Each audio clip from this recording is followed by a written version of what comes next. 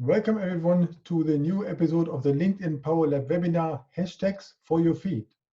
My name is Gunnar. You have seen me beforehand shortly in this nice environment about the library, which of course is a little bit of a background picture because there's no proper rules how to sit together these days. But the topic today, hashtags for your feed, has to do with content, has to do with the way how the content gets its readers and the other way around. So therefore I thought it's quite a proper picture to show. So welcome.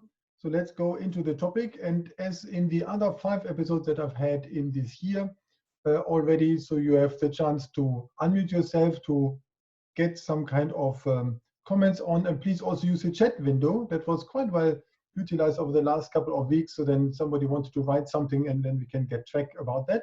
So that's very good. I will provide this recording on the website linkedinpowerlab.com. By tomorrow 7:30 a.m. you will receive a notification about this one. And what I would like to do in terms of housekeeping, you can put some kind of notes on, note your questions as well. Let's get it a bit of interactive, but I prepared a couple of slides so that we can tackle the topic of hashtags, which is a very timely one and something that really can help you on your content to spread it around. Timely because I have a book tip of a book that has been released actually only 2 days ago, and that captures the topic of hashtags as well. So let's get started in that sense. So shortly about myself, as we have some new faces or names in the list. My name is Gunnar. I'm working in the social media space. I also created an online course about the topic, and I'm blogging about social selling every Monday morning. I'm also a book author, and you can see here myself together with Duncan Fish, who is a coach in Sydney. He also is a book author. I'm writing once or twice per month a longer book review about books, typically from Australian and New Zealand-based authors.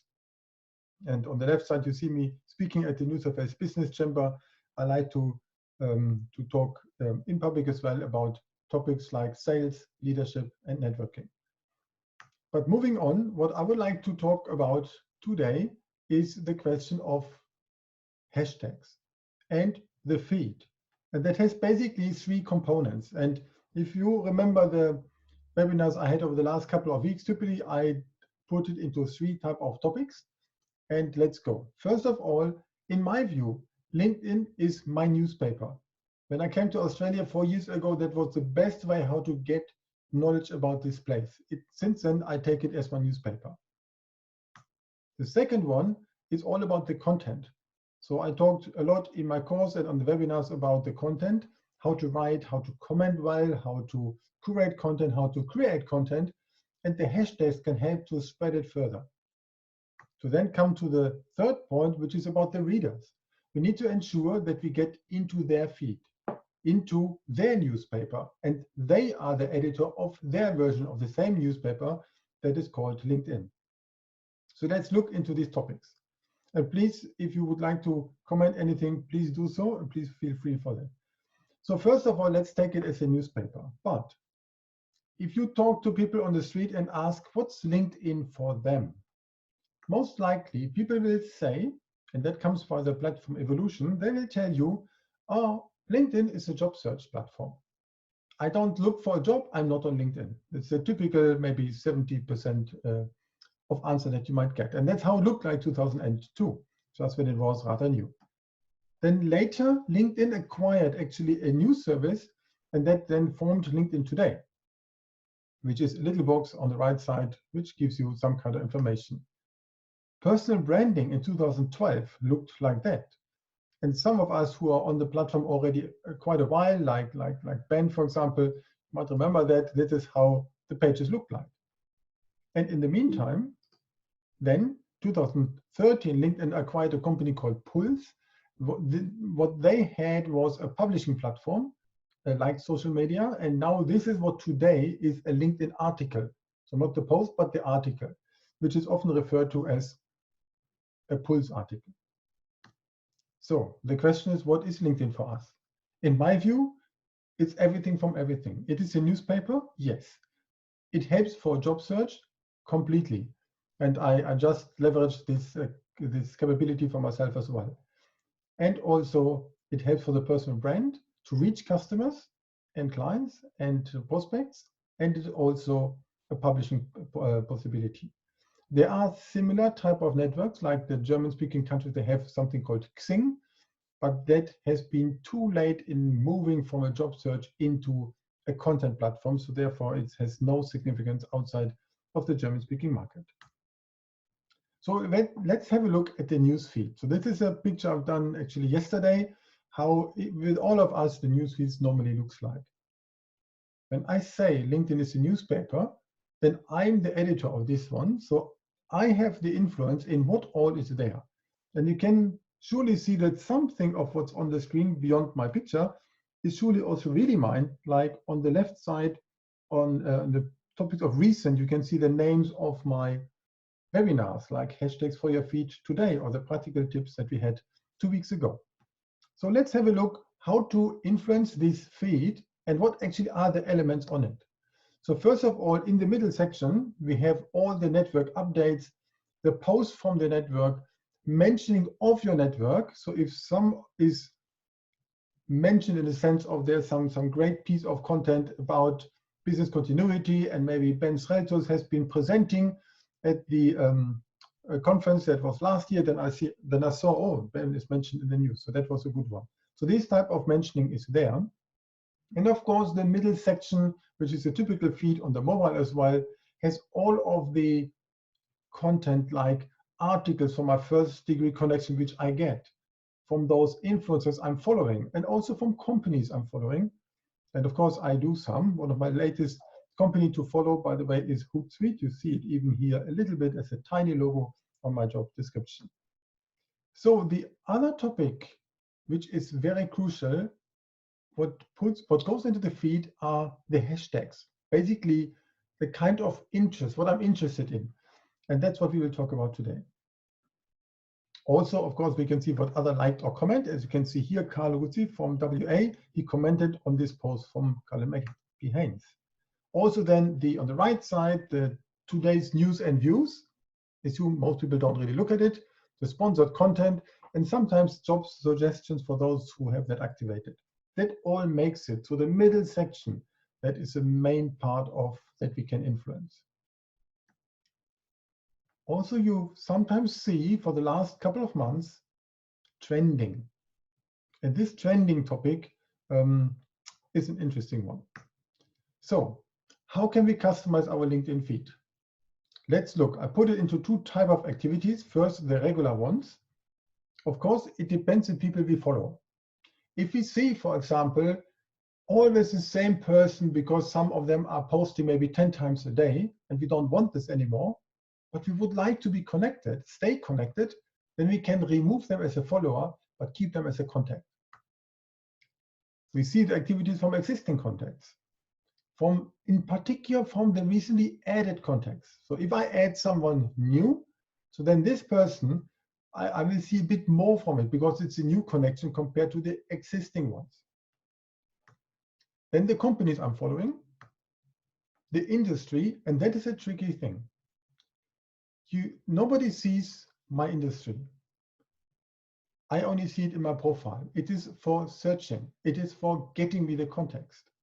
So therefore, if I'm moving industry, if I would move, for example, 5 years ago, I've been in IT hardware. I moved to software. If I don't change that in the profile, then I still get these hardware-related type of news, but I don't want to have anymore. So I change it to software. I even see group activities if I'm connected in groups which are not really active. Which actually are active. And the followed hashtags. Here we have them again. The hashtags from the post. If I always engage on posts like social media, then of course I get more where this is discussed. Or talking to Ben again, you engage on topics about business continuity, so then it's more likely the algorithm gives you all of this one as well. That is the regular topics we do ongoing. So we can also correct the behavior. So some correcting activities. First of all, typically both mobile and desktop, LinkedIn gives you everything based on the top, what they believe sort by top. That might be the recently added contacts, those highest influencers, those whatever way of people I just engage with. but maybe I would rather like to see what's new, what's recent. So I can go on this little tiny thing, sort by top, open it and press on recent. Might be better. Then on every post, I can click on the three dots and have a huge amount of possibilities, like unfollow the person, hide this post, or even use it further. I like to also copy the link to a post when it's my post, because then I put it into my Evernote or any other note capability to use it later. And there's one at the bottom nearly, which is called Improve My Feed.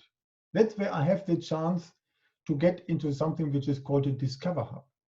And there I have chances to say, who do I follow? Who is following me? Some kind of suggestion, and I come to this one.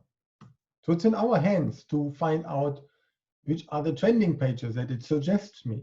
It also tells me recommended people to follow. Or because you recently follow Ben Sreltos, maybe I should also follow Robert Becker in that sense. That is what LinkedIn tells me. Kind of clever. I hope you don't mind, Ben, that I call you out here. So here's, for example, what is called follow fresh perspectives. That is what the algorithm tells me, some kind of media, companies, interesting people maybe there. I just only took a screenshot without really reading too much about it, but that's the way what LinkedIn believes now might be interesting for me. On the other side, there's also the hashtags. And this is a link if you only would go to this one, which tells you which hashtags you follow, ordered by the most recent ones to the left. So I just added LinkedIn Family, LinkedIn Connections, digital marketing, actually today. Social listening I posted about today in the morning. And Hootsuite I also added there 2 weeks ago. That's what you follow. The question is, how can I follow other? And which are there? So then if you go to the regular search bar on LinkedIn at the top, then you would have social media, for example. I typed in as a hashtag, and it suggests me a couple of different options that I have. And that is not a bad thing, because with this, I have some understanding what would be a proper hashtag. When I just type social without media, there can be everything. But then with social media, there's some kind of other set. Only thing what it does not tell me is which of them are actually followed by many people, because that would be what I'm actually looking for. I really would like to have those hashtags there to reach my audience. But I have a tip and come to that. So you see the hashtag topic became so central in LinkedIn, and it's different compared to Facebook and Instagram. If you see an Instagram post, typically with picture, you don't see the text in the first place. But if you look at the text, then you have maybe 1 line content and 12 lines full of hashtags. Facebook also people do rather more hashtags. In LinkedIn, it's not even suggested, because we should not forget it's a professional platform and the content is there for the reader in the first place, not only for the machine. So we need to balance it in a proper way. So the hashtags, they help organizing the relevant content into the feed of your followers. And important are the first 3 mentioned hashtags for the search. If you would, as I've done before, if you click on a post and then you try to capture the URL of the post, until maybe a year ago, it was just a normal URL with some cryptic number, that's it. In the meantime, if you do this, then it includes not just your name, but also the first 3 hashtags. That helps for SEO in terms of Google. And it shows as well the first 3 hashtags, they really count. So therefore, pay attention how to use them. There's also another thing what I found out by myself. A hashtag is blue and bold. But in a regular way, you can't do this on a posting, which is bad. I would like to sometimes highlight something. So what I've done here in this example, there was a post about where somebody said, my network is too small, not enough potential clients. So then I put the hashtag networking and social media, but I use them to highlight within a sentence.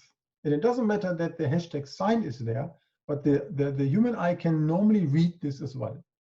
So networking, which is a high one, social media is even a higher one. They're both visible there. And only then come my typical three that I had in a sentence which I use every week. I should have maybe even swapped it around to have social selling first, because that's, of course, more sought after compared to social selling Monday, which is my own. These are the order of the hashtags without putting them at the end. It's part of it, and the eye sees immediately that's about networking, that's about social media. The traditional approach here from one of the best Australian sales book authors, from Ken McLaughlin, would say he writes some post, he tags some people in, and at the end he added 4 hashtags. So then these hashtags are a bit more for the machine to utilize it. But I also like to put it there a bit into the context that you can read it. Both as well, as long as you keep the hashtags in a good order and also in a good number. No need to put 10 or 20 on it, because at the end it looks like spray and pray. Try to catch as much as possible from the audience. Not so good. So what can we actually do? We can tag our audience. So like here in this example, I tagged some of the hashtags there. I tagged the person there. And also, how else can we make that happen? For example, here was a picture I've done in a post with Sydney from Sydney, how he calls himself. And you can also tag someone onto a picture. That's quite nice as well. Some people overdo it. They always add 20, 30, 50 people into a picture. They're not on it, but it's a way to ensure the person gets a notification because they're part of it. Sometimes weird, sometimes clever.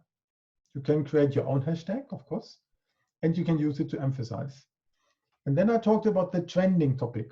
So that works quite well as well. And somebody, so like my colleague at the time, he got the message that Gunnar's post has been trending in social selling, including which one it was. That's a nice one. That comes after a time. I only got it very small.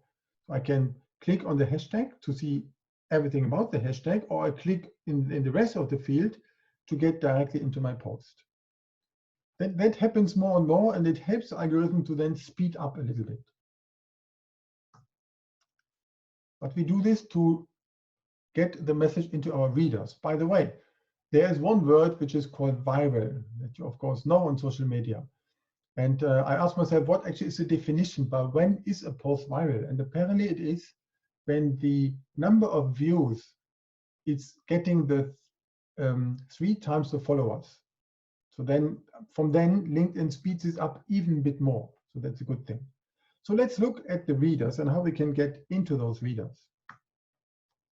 So first of all, I put here a kind of mindset on, which I call giver's gain, because I strongly believe the posting, the writing on social media is not about me, that I have some great stuff and I'm the best person, but it's all about educational, how I can help someone to achieve something. How can I position myself as a thought leader? How can I share knowledge? In particular these days, in the crisis that we are in, you need to pay attention to the tone that we have. So then the only thing, very often, somebody creates great content, but the people don't see it. It's quite a typical thing. And by the way, this and the next slide, they are built in the same way as I had two weeks ago, starting with the problem, looking in the background, why something happens, and then the solution and the benefit. So then in this particular time, I might have missed the timing. Maybe I didn't add hashtags, which is a pity. We can change that. We can edit them. But what also is important, when I post something, the first maybe 3-4 hours, they count. Until then, the algorithm tries to spread it around. And I've done a test at some of my book reviews. I reposted one, and I've done it on a Thursday around midnight. Before going to bed, I think I've done that. Just for the test. The amount of views was less than half what I would normally have posting at 7:30, because I utilize a lot the commute time, which today is home time, but at least that time when my audience has a higher likelihood to see the post. When I do it at midnight, then the first 3-4 hours, there's nothing because my audience is here in Australia. So then it's gone, basically. The number of views is very, very small. So the timing is so important. If you add the hashtags later, that you can do, but then the question is, you miss then the first part, and that's also a little bit of a pity. So I got here a chat. Yeah, I mentioned, thank you. The 7:30 I had was my morning. So the proper timing by when it helps is different per industry or the audience that you have and so on. So for me, what works very well is in the morning 7:30 to 8:30, and in the afternoon 5:30 to 6:30. That's then PM. If I try to reach Facebook, I would rather put 9 PM when kids are in bed. But it really depends. It depends the industry and so on. And then also a question just in the chat, what determines a view? A view is when somebody sees it for a certain while, not if you speed scroll through, but when it stays, I think it was 2 or 3 seconds in there when it's seen. Even before you open it. If you have a post like this one, that also helps in order to get the message across. You see this post, I put there just a sentence, clever ideas how to collaborate in the home office for the whole family, treating the home like a co-working space with a small set of effective rules. That would say, which are those rules? And you can guess this is not too long ago that I wrote that. And then there's a see more. So when you stand on this one for the 2-3 seconds, it already counts as a view, even without pressing the see more. But the first 3 lines, or 2.5, that the see more is still there, they're very crucial, very important, so that then it helps to stay longer on it, that people press on see more and then read what's there, instead of just only going to the link. It's an important topic. So next question, expand on the advantage of trending and how to make it work for you. Yeah, I will follow up on this one. I will do this as well, because there are rules of the trending that you can utilize as well. But it has also to do, you're then trending when you get into the speed of the algorithm to spread it around. So my post is not trending when I miss the boat, when I miss the timing. That does not work. So also, if I would like to reach my audience, and imagine I'm in risk management, what I have been until March, then it's important that I need to ensure that at least I take hashtags which my audience most likely is interested in. So if I will write about business continuity, though that's still written here, Ben's name on my screen, so then of course, knowing him is his area of expertise. So then I add this as a hashtag, then there's higher likelihood he sees this in his whole feed. If I miss this, we can be connected, but he still doesn't get it. And that always is a quite of a difficult thing. Yeah, thank you. Stephen wrote just about the timing. It's the best time to post social media messages. And we know that in this current time might be slightly different anyway. Is Tuesday morning or Saturday morning? I personally have the rule that on Saturday I never post, not to disturb, because my content is a bit more, let's say, professional serious topics. But I totally agree on Tuesday. So Tuesday and Thursday are for me those which are performing quite well. But it depends, it can be different. So those people who are in a good profession using LinkedIn to reach a professional serious audience, but that audience to help them with rather life coaching services and so on. So they might have more openness for the whole topic on Saturday. So then Saturday would be better. It depends is the typical answer. So, but what solution is there? It's worth to look into what topics your tribe members actually follow. I mean, if you talk to some of your clients, it's worth to have this type of discussion, how social media works these days. What are the typical things that you're looking after? So it's worth to talk to them. And also to really ensure that the message goes through, you can tag someone in a comment, or you copy the link to the post and send it to someone using the email or the messaging feature of LinkedIn. That's a good way how to also say, hey, Stephen, have a look. Here is my post about what did we have a couple of weeks back about what risk management consultants can do in these days, to ensure that he will see it and most likely, therefore, engage on it. That's an important thing. we don't want to pitch or push, but we want to ensure that it gets a kind of a conversation, because this conversation, when we have not just a post, but a couple of good comments and taking other people in, that helps and get it further. So I had a quite good luck. About 2 weeks ago, I had one post which until today got 23,000 views, which for me is quite a lot. I know some people have more, normally 100,000, but for me it's quite a lot. And I really paid attention into which hashtags to use. The company I'm following has 226,000 people. And then I got a lot of engagement on it. And I kept this engagement ongoing and sent it further and tagged other people in.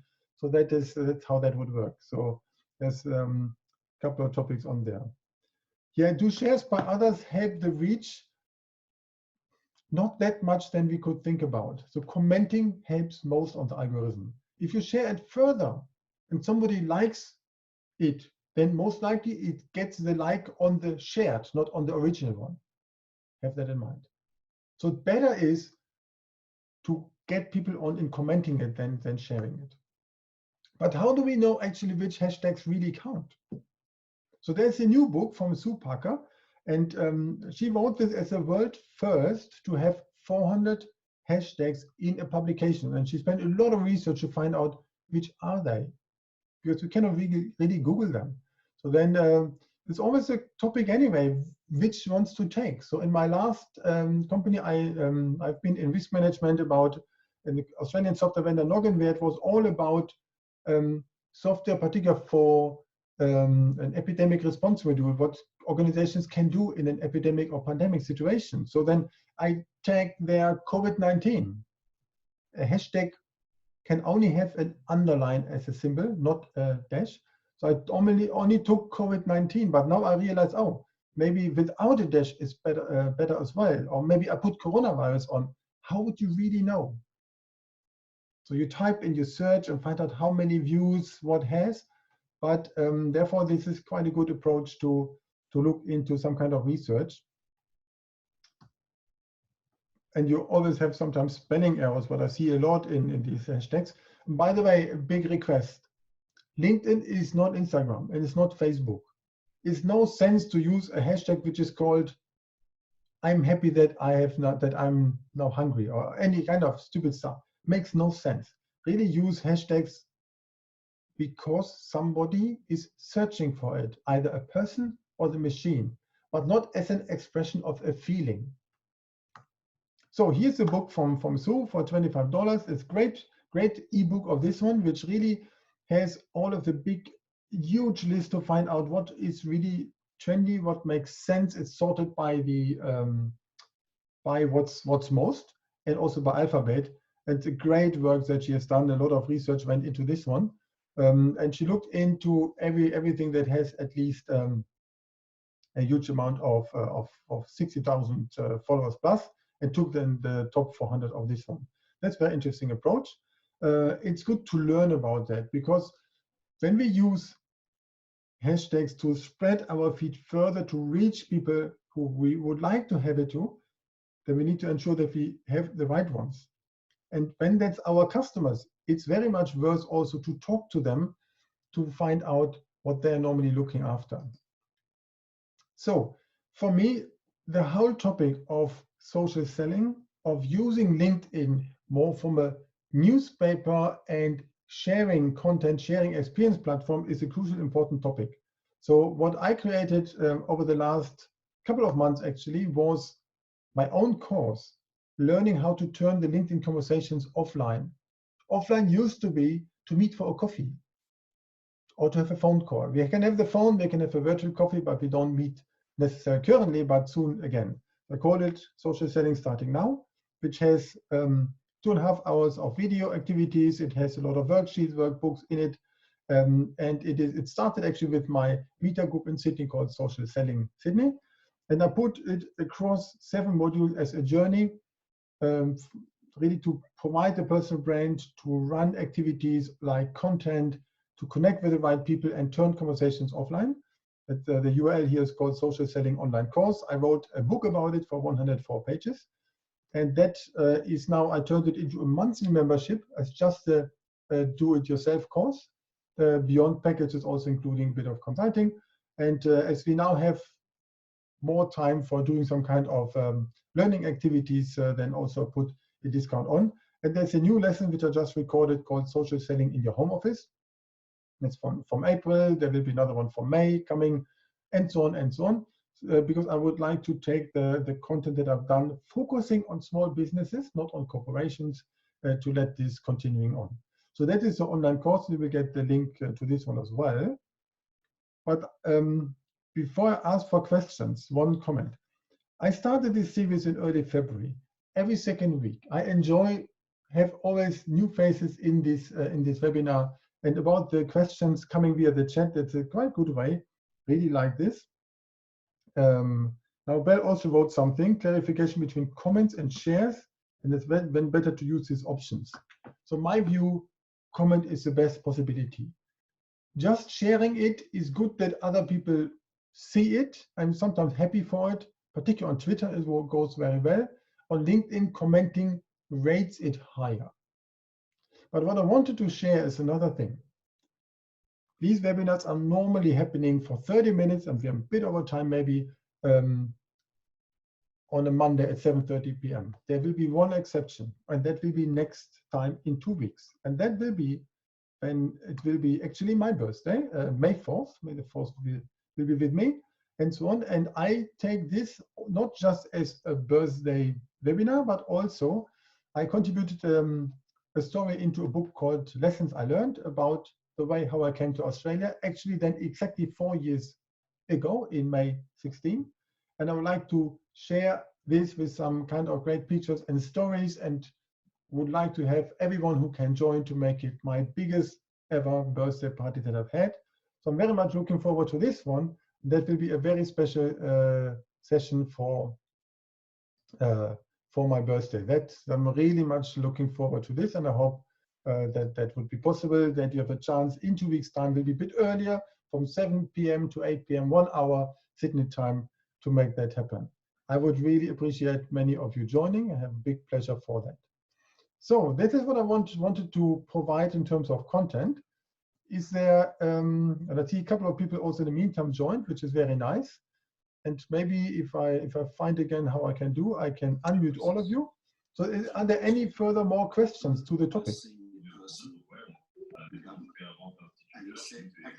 There's one question which just came from Elaine. People I followed, I do get notified when they posted. Why? Why you get notified? Because they posted? Because the idea is that it's about content to be shared. The only point is, if you follow many people, then you're basically lost between everything that you're following, because sometimes you don't see it anymore.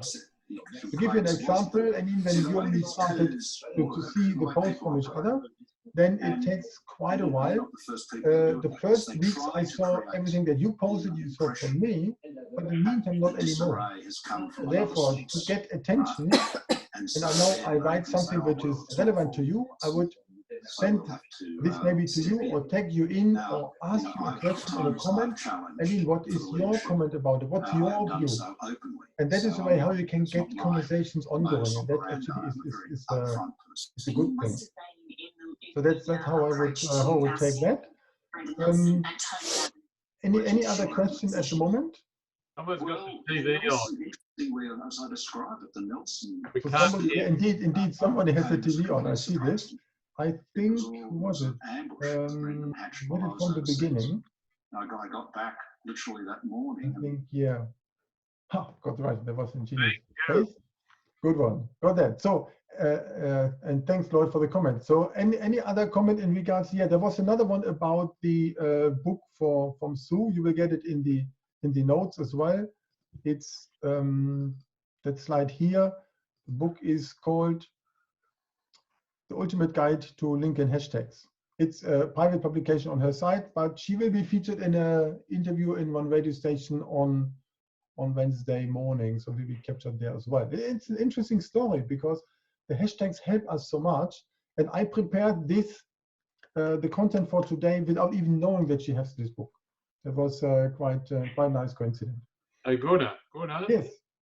There's a lot of good information here, and obviously it requires practice, so I can't wait to practice. I'm happy to comment on what you're doing, because the better hashtags you put on, the more I maybe can even see it. And it's all about getting conversations ongoing. The content is just a way to make that happening, and the hashtags are there to help and assist. But at the end, it's all about turning conversations offline, and offline today is Zoom, is phone, and maybe takeaway coffee. And soon we have this back. So I think when we are getting back into regular way of doing business, then the chance of learning some of skills like this and then apply them in practice are actually higher. That actually is a good thing. Mm. So there was another question incoming. That was from Ben. Ben, yeah, thanks for joining. I appreciate that. Hey, So Gunnar, that's I've very got a good. question. Pardon? I've got a question. Yeah, Lloyd, let me know. Sorry. Now, look, is there any, you said that the main, or the people are most enthusiastic, or the highest amount of leverage you're going to get out of a post is through the first couple of hours. So is there any point going back and changing old posts and articles and adding hashtags to old ones, or is the opportunity gone and you've got to create new content? The only thing you cannot change in a post is the picture. Got it. So you cannot replace a picture with another one, or when you put 3 in it, you cannot rearrange it, but you can edit a post and add more in. I've done it with one of them, the picture there on this COVID-19. I added 2 more there to then attract people again. And it's a good way, not just in commenting, but changing slightly when you see a spelling mistake or anything else. It's a good way to get it back into the feed. And that's an interesting thing as well. There are people like me who sometimes like their own post. Might look like self-love, but it's not. It's on purpose. Because when I post something, I normally don't like my post. But maybe after a day or 2 and I see there's some traction ongoing, then I like it. Oh, really? Okay. And then maybe a week later I see, oh, there's no growth anymore, but maybe you would like to still engage. I dislike it and then like it again. And you might see it even. It's really funny. So for this post, which had so many views, the 23,000, I've done it maybe every second or third day, and I got another people who therefore then got that. It's quite funny way how the algorithm works. So you said earlier that, I've got another question. You said earlier that when you get 3 times the number of engagements than your actual number of, did you say number of followers? And that's where you start getting that trending status? Yeah, the trending has a different rule. What I said was viral, when you have 3 times your followers. Right. So, which for me is a bit tricky. I have about 6,500 followers, so it need to be 20 to be in this not trending, but to become viral, to get another. So when I had, I think it was 19,000, and then I got another 4,000 only due to the algorithm. So there was another question from Bell. How do you manage a post if a comment is not kindly on a post you have put on? Let's take it offline, maybe, but yeah, sometimes you cannot always comment on a post. So then there are some kind of other ways how you can make that happen. So like I say, unlike and like it again, or copy the link to the post and send it to someone and ask them, hey, I wrote something which I think is of value for you. Can you please comment on it? And they might do this. Yeah, so then a couple of questions. Thank you. That was very good. Really enjoy. So that's a nice one. So if there's no further question anymore, you will get the recording by tomorrow morning latest. I put it on my YouTube channel, and from there you will get it by email. And looking forward to hear you again next time in 2 weeks. Special invitation coming when it's about my birthday party virtually. We can have a drink on it virtually, and then really get into the lessons I learned topic and how I also grew the whole social media in the place where I'm today. Thanks, Gunnar. Looking forward to seeing you later. Thank you. Thank you for joining. Bye.